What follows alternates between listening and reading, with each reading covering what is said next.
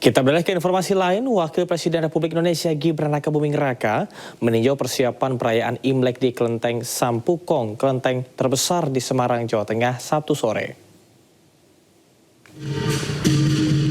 Dalam kunjungannya, Gibran melihat atraksi barongsai dan memberikan angpau kepada pemain barongsai. Diketahui perayaan Imlek tahun ini bertema Harmoni Nusantara. Hal tersebut diharapkan mampu menyatukan seluruh warga agar bersama-sama membangun Indonesia tanpa sekat ras dan golongan. Sementara itu, pembina Yayasan Kelenteng Agung Sampukong menjelaskan pagelaran kesenian dari berbagai daerah di Nusantara yang ditampilkan dalam perayaan Imlek kali ini merupakan wujud toleransi antar umat beragama di Kota Semarang.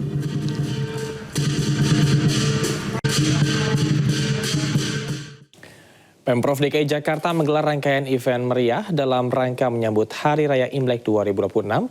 Salah satunya adalah Jakarta Light Festival yang menyuguhkan instalasi lampu dan lampion bertema Imlek.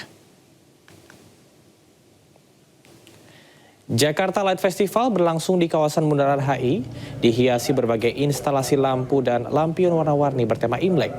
Banyak warga yang antusias dan menyempatkan waktu untuk bersuah foto dengan lampion-lampion berwarna merah identik Hari Raya Imlek. Perayaan Imlek tahun 2026 ini digelar meriah dengan tujuan untuk menguatkan Jakarta sebagai kota metropolitan yang multikultural dan syarat akan berbagai budaya.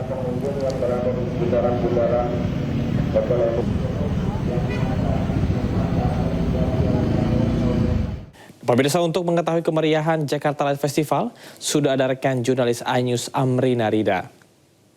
Ya, selamat malam Amrina, bagaimanakah suasana terkini di Festival Jakarta Light Festival malam hari ini?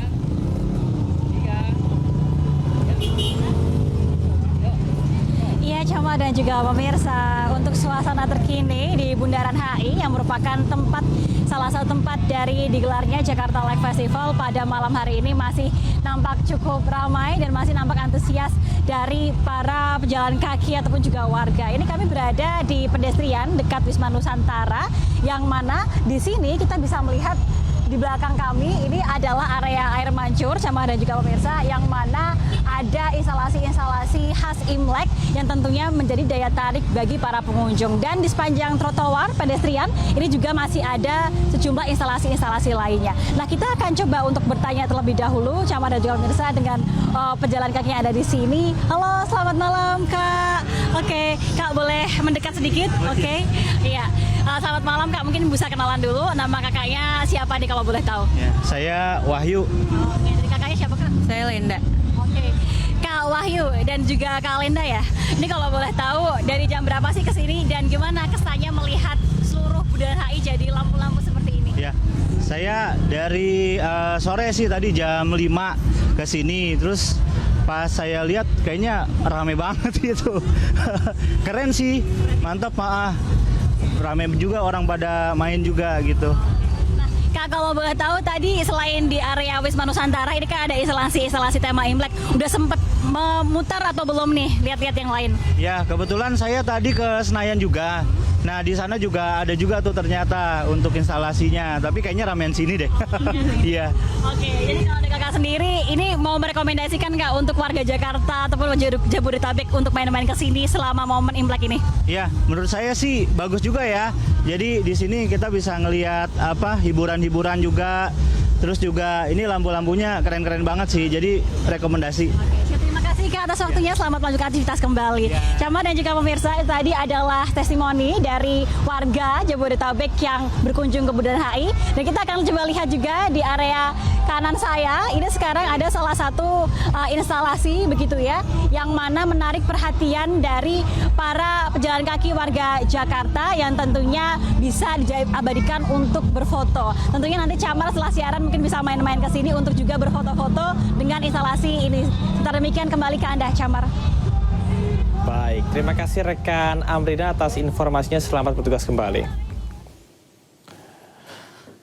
Momen libur tahun baru Imlek dimanfaatkan wisatawan dari luar daerah untuk berlibur di kawasan ikonik Jalan Braga, Kota Bandung. Wisatawan dari luar daerah terus memadati kawasan Jalan Braga untuk bersuah foto dan berwisata kuliner. Deretan bangunan heritage yang indah membuat para wisatawan kembali berkunjung dan berjalan-jalan di kawasan wisata Braga. Banyaknya kuliner membuat para wisatawan dari berbagai daerah datang dengan kendaraan hingga memadati kawasan Jalan Braga. Selain itu, objek wisata Bandung Tour on Bus atau Bandros juga disediakan di kawasan Braga untuk menyambut momen libur panjang. Diprediksi kepadatan wisatawan ini akan terus berlangsung hingga hari Selasa mendatang.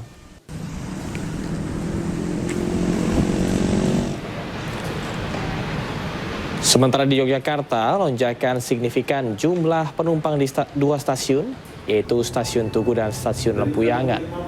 PT Kereta Api Indonesia Daop 6 mencatat lebih dari 50.000 penumpang tercatat naik dan turun di Stasiun Tugu dan Stasiun Lempuyangan. Stasiun Tugu Yogyakarta sendiri memberangkatkan 11.428 penumpang dan menerima 15.183 penumpang. Sementara Stasiun Lempuyangan memberangkatkan 4.963 penumpang dan menerima 6.375 penumpang. Untuk mengantisipasi lonjakan mobilitas pada libur panjang Imlek 2026, Daop 6 Yogyakarta mengoperasikan 4 kereta api tambahan.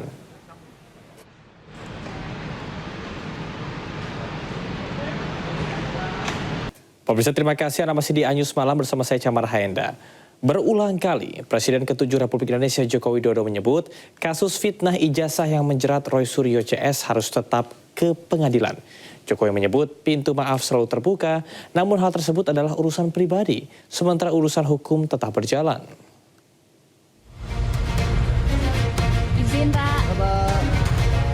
Di tengah semakin memanasnya kasus fitnah ijazah di mana Roy Suryo minta penyidikan dihentikan, Jokowi kembali menegaskan bahwa proses hukum harus tetap berlanjut.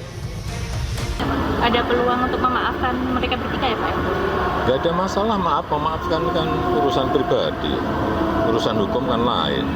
Misal mereka datang seperti Egy Sujana ke kediaman seperti apa Pak? Kan misal. Kalau untuk proses hukum tetap jalan ya Pak? Tetap.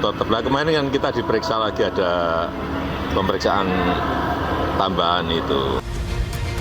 Bukan sekali ini Jokowi menyebut proses hukum Roy Suryo CS harus tetap berlanjut. Pada Desember lalu Jokowi menyebut siap memaafkan tersangka kecuali 3 nama. Urusan memaafkan itu urusan pribadi. Urusan hukum ya urusan hukum. Prosesnya biar berjalan apa adanya. Ya. Kalau dari nama 3 orang itu apakah boleh disebutkan apa? Ya, dikecualikan untuk dimaafkan itu tadi. Kira-kira siapa Pak dari 3 itu? Meskipun Ya nanti. Pernyataan yang sama kembali dilontarkan usai polisi menghentikan penyidikan bagi Egy Sujana dan Damai Hari Lubis dengan menerbitkan SP3, di mana keduanya sebelumnya bertandang ke kediaman Jokowi di Solo, Jawa Tengah. Akhir Januari lalu, Jokowi kembali menyebut proses hukum Roy Suryo CS harus sampai ke pengadilan. Pintu maaf selalu terbuka. Tapi sekali lagi urusan memaafkan itu urusan pribadi ke pribadi. Kalau yang di Polda Metro itu sudah urusan hukum. Artinya urusan pribadi ya urusan pribadi, memaafkan, tetapi urusan hukum ya urusan hukum. Dan memang harus sampai ke pengadilan. Karena kalau enggak, saya enggak punya forum untuk menyampaikan bukti mengenai kasus ijazah ini. Sementara polisi menyebut berkas perkara kasus fitnah ijazah akan segera dilimpahkan ke kejaksaan usai pemeriksaan tambahan terhadap Jokowi selesai dilakukan. Tim Liputan iNews melaporkan. Roy Suryo CS meminta kasusnya dihentikan dan diterbitkan SP3, namun ia enggan meminta restoratif justice.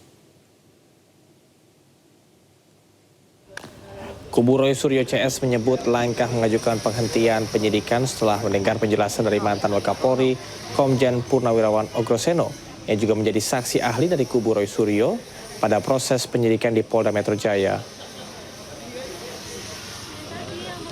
Karena sebagaimana diketahui SP3 itu bentuknya adalah surat penghentian perkara ya gitu, atau surat penghentian penyidikan. Itu perintah. Jadi artinya suratnya yang dicabut.